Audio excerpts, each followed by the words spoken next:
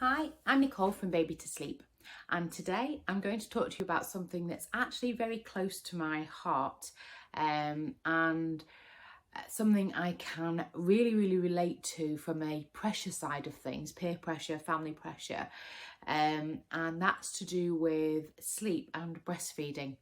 So if you're a breastfeeding mum and you've got a little one that doesn't sleep very well, I am absolutely certain that you will have been told that the reason, this is rubbish by the way, the reason that your baby does not sleep well is because you are breastfeeding.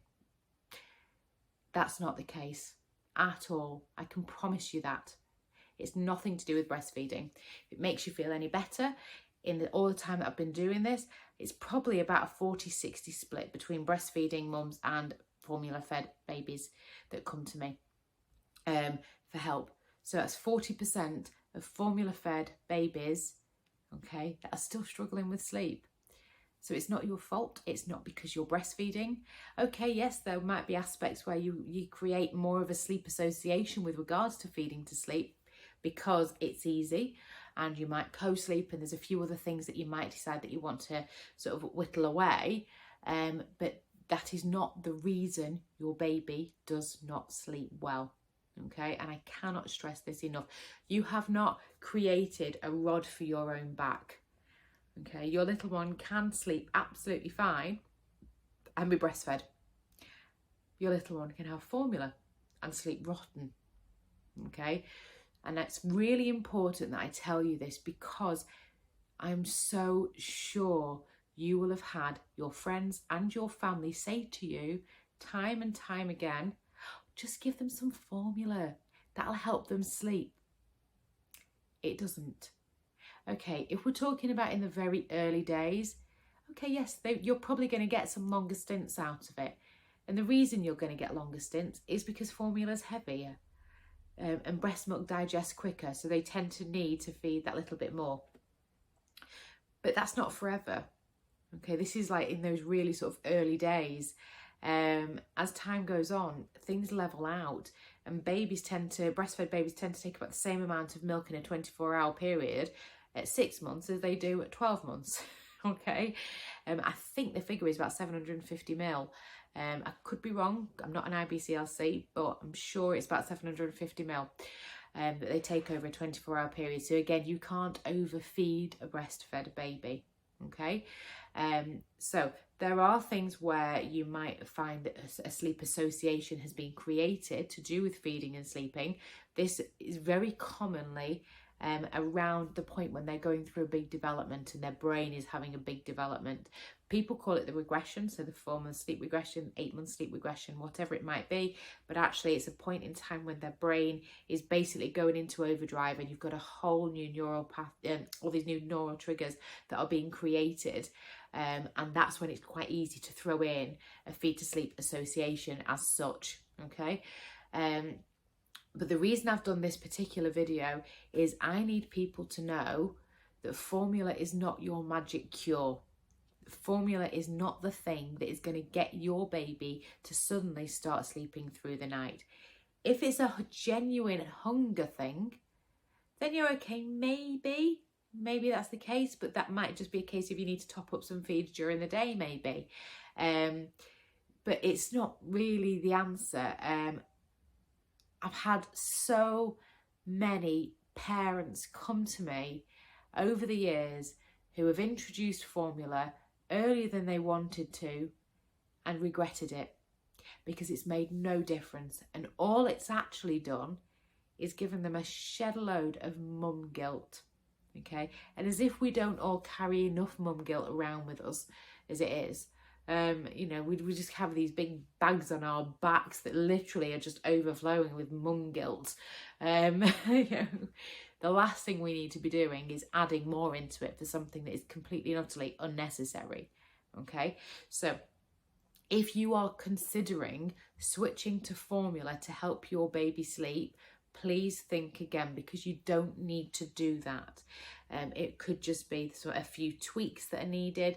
It could be a full overhaul, but you know, it could be breaking the feed to sleep if that is the actual root cause of the issue. But it might not be. It could be that we need to start tweaking some nap timings and just increasing some sleep in the day to help the sleep at night. Honestly, I cannot stress this enough. There's nothing wrong with feeding your baby to sleep at night, by the way. Nothing wrong with it at all if it's working for you. So if you feed your baby to sleep and they sleep soundly and they don't wait till morning, or they have 1 or 2 feeds during the night and you're absolutely fine with this, then there's no problem.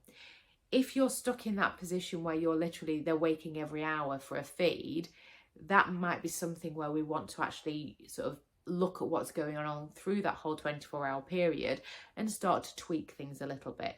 So it might be adapting bedtime and saying, right, okay, well, maybe what we'll do here is not feed to sleep at bedtime, but we'll put another method in. So it could be rocking to sleep. It could be co-sleeping. It could be hugging while they're going to sleep. Whatever it might be, it could be sitting with them while they go to sleep, again, depending on their temperament and what it is that they're wanting to do and how they're going to sleep best. There's so many different ways we can help with that. But again, we'd be looking at a whole 24-hour period. It's not just because you feed to sleep, that's the reason your sleep is absolutely rubbish throughout the night. Actually, what we're looking at here, is it the fact that the routine at bedtime could just do with a bit of a tweak?